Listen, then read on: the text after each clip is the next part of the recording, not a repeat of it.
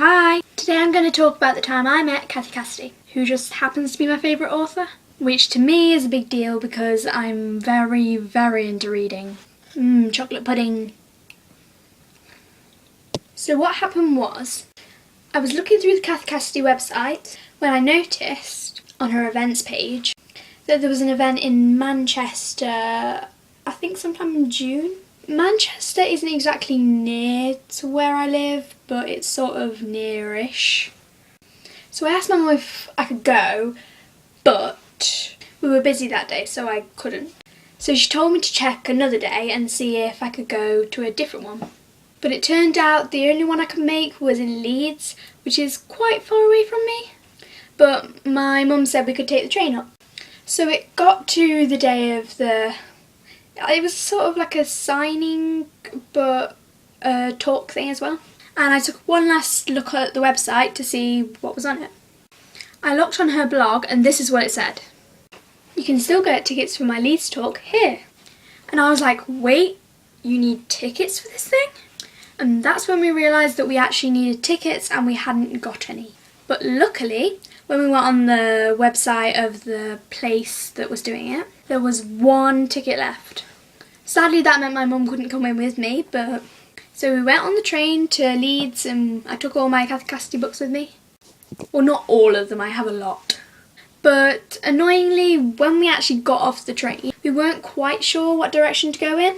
We got the directions out of Google Maps and everything, but they were slightly confusing. So we asked this guy sitting on the side of the street, I know it sounds a bit dodgy, but yeah, and he told us to go right. So we went right, and guess what happened? We got lost. Thankfully, we did eventually find the place, though by the time we got there, it had already started. Does anyone else find it awkward going into a room full of people and they're all silent apart from the person at the front and you have to walk around the back? And everyone, literally everyone, turns around and looks at you. Despite all that, I got in okay, and it was really interesting and fun. First we listened to a talk where she read an extract from her new book, Summer's Dream, and she told us all about herself and where she lived and stuff like that.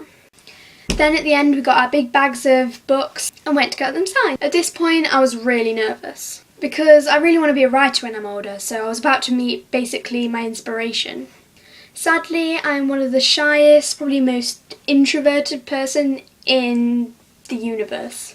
Okay, maybe we can't go that far, but you know what I mean. So when I actually got to the front of the queue, I was super quiet. So she signed my books and asked me a few questions like what my favourite book of hers was, Ginger Snaps, and stuff like that. And then I posed to have a picture with her. Unfortunately, my mum's phone took that moment to go completely dodgy. So that picture is very blurry. Her publicist took a picture of me and her and said she put it on the website. Still hasn't happened yet. But despite all that, it was really fun. A really fun day.